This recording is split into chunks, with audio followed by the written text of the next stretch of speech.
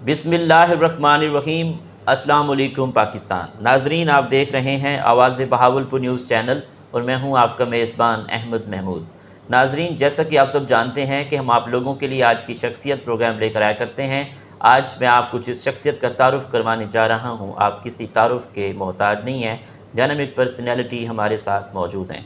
हमारे साथ मौजूद हैं मोहम्मद माजिद अकरम वटू साहब, advocate high court, secretary district bar association Bahawalnagar. आज हम सर की प्रोफेशनल लाइफ के हवाले से बात करेंगे। वकुला साहबान ने आपको जनरल सेक्रेटरी मुंतखब किया है डिस्ट्रिक्ट बार एसोसिएशन बहावलनगर का। वकुला साहबान का आप किन अल्फाज में शुक्रिया अदा करेंगे? तो आइए बात करते हैं, मुलाकात करते हैं। अस्सलाम वालेकुम सर। वालेकुम सलाम। कैसे हैं? अल्हम्दुलिल्लाह ठीक ठाक सर, आप ठीक हैं? जी, अल्लाह का शुक्र है। सबसे पहले तो आपको हमारी तरफ से बहुत बहुत मुबारकबाद सर। Thank you. माशाल्लाह।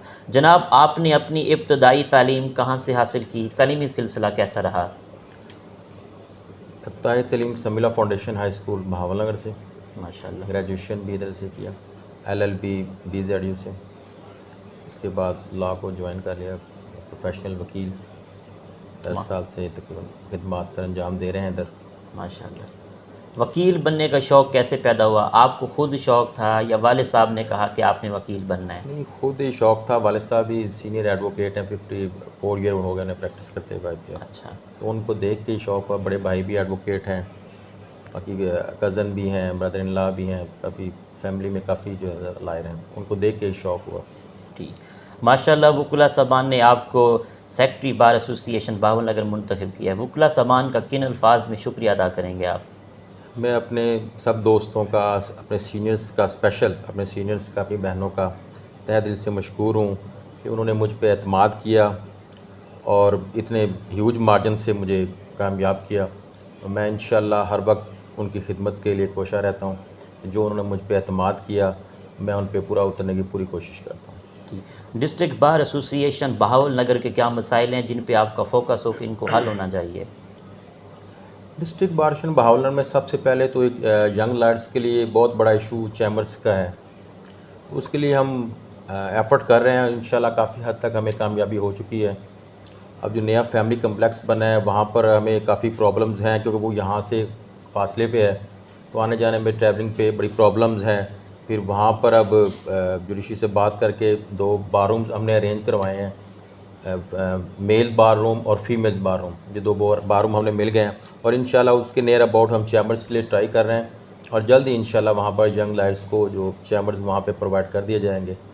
तो मेन सबसे इशू ये है, बाकी कर रहे हैं जो भी आगे मामलात होंगे इंशाल्लाह उसमें। ठीक। इस बार को लेकर डेवलपमेंट करवाने का क्या इरादा है?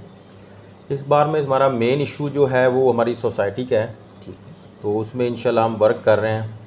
अभी हाँ, ये हमारी मामलात चल रहे हैं। CM साहब से हमारी मीटिंग जो है ना कोशिश कर रहे हैं कि हो जाए ताकि उनके सारे मामलात करें। फिर हम अपने हाउसिंग का एक इलेक्शन करवाने का हमारा प्लान है, ताकि एक अलग कमेटी बनाई जा सके जो कि मुकम्मल तौर पर फ़ाल हो और बेहतर तौर पर वो हाउसिंग सोसाइटी का जो सारे मामलात कर सके, ठीक कर सके।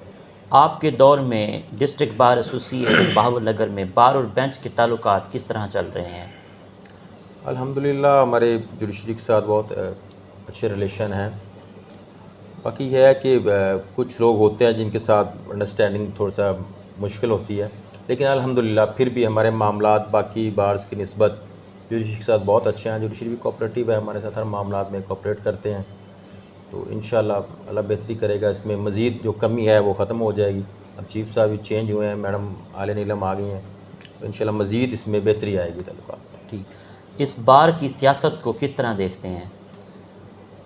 बार की सियासत है, मैं कहता हूँ कि हमारी बार अल्हम्दुलिल्लाह बाकी सब बार से, सारी बार बहुत अच्छी हैं, लेकिन बाकी सब बार से हमारी बार इस मामले में, हर मामले में बहुत अच्छी है। यहाँ पर पॉलिटिक्स जो होती है वो सिर्फ मखसूस डेज़ में होती है। ठीक है। बाकी अदरवाइज़ हम सब एक हैं, हमें वोट किया है नहीं किया, जिस मर्ज़ी ग्रुप से हम बिलोंग करते हैं, लेकिन जब किसी का कोई इश्यूज़ होता है तो अल्हम्दुलिल्लाह हम यूनाइट होते हैं और कभी ऐसे फ़ील नहीं हुआ कि ये दूसरे ग्रुप से हैं। तो इसलिए इस लिहाज से हमारी सियासत यहाँ की बाकी बार से बहुत ज़्यादा अच्छी पॉलिटिक्स हम लोग करते हैं और यहाँ पर हमारे जो रिलेशनिंग्स हैं आपस में वो बहुत अच्छे हैं अल्हम्दुलिल्लाह। ठीक। एक अच्छे वकील में क्या खसूसियात होनी चाहिए? एक अच्छे वकील में खसूस ये अपने काम से सिंसियर होना चाहिए, प्रोफेशनल होना चाहिए, अपने काम से सिंसियर हों आप। जो केसेस अपने हैं उनको आप अच्छे तरीके से डील करें, लोगों की हेल्प करें। ठीक। आप किस तरह के केस हैंडल करते हैं? क्रिमिनल ज़्यादातर, फौजदारी मामला ज़्यादा। ठीक। आपको टूरिज़्म का कितना शौक़ है? पाकिस्तान के कौन कौन से शहर अच्छे लगते हैं? आपका पसंदीदा शहर कौन सा है? टूरिज़म अल्हम्दुलिल्लाह बहुत ज़्यादा शौक़ है। हर साल अगस्त में छुट्टियाँ होती हैं तो हम जो शुमाली इलाका जहाज़ तरफ जाते हैं, और उसमें ये है कि स्कर्दू बहुत ज़्यादा खूबसूरत है। वहाँ के लोग ही बहुत ज़्यादा अच्छे हैं, बहुत ज़्यादा कोऑपरेटिव हैं, और वहाँ पर जाके मज़ा आता है। ये एक अच्छी चीज़ आपको देखने को मिलती है वहाँ पर जाके, पुरसकून एरिया है वहाँ पर। आपकी नज़र में कामयाबी क्या है? कामयाबी ये है कि लोग आपकी तारीफ़ करें, लोग आपके काम को सराहें कि एक बहुत अच्छा काम कर रहे हैं। वो असल में आपकी कामयाबी है, जब लोग आपसे खुश हो जाएँ। ठीक। आपकी इस कामयाबी के सफ़र में दोस्तों का, असातिज़ा का, वालिदैन का कितना साथ रहा?